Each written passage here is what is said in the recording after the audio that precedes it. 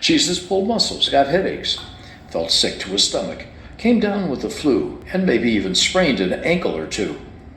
A few years ago, a vicious stomach bug swept through our community. When you live in a religious community and one person gets sick, it's just a matter of time before everyone else does too. And one night it hit me. I was the sickest I've ever been. In any event, and without going into unnecessary details, when I was hunched with my face over the toilet for the 5th time that night, I had a strange thought.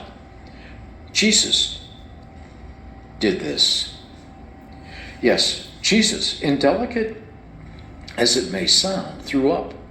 He was a human being. In fact, he may have even more severe physical problems than you or I do, since health and sanitation conditions were wretched in first century Nazareth.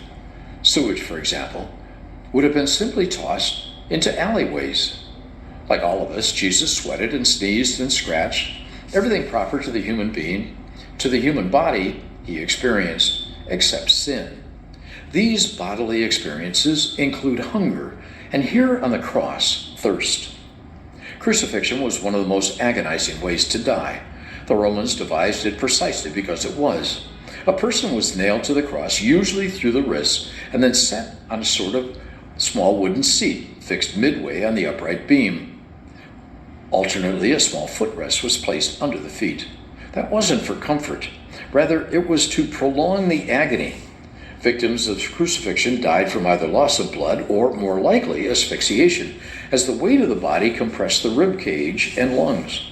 With this painful ability to support themselves, asphyxiation took longer. In the blazing hot sun of Judea, Jesus would have thirsted. As an aside, a few years ago on a pilgrimage to the Holy Land, I spent an hour hiking with a friend through a ravine in the Judean desert. In what I later discovered was the original Valley of the Shadow of Death. And let me tell you something about the Judean desert. It's almost unbearably hot. It must have been about 115 degrees. I was the hottest I've ever been in my entire life, and that includes 2 years working in East Africa.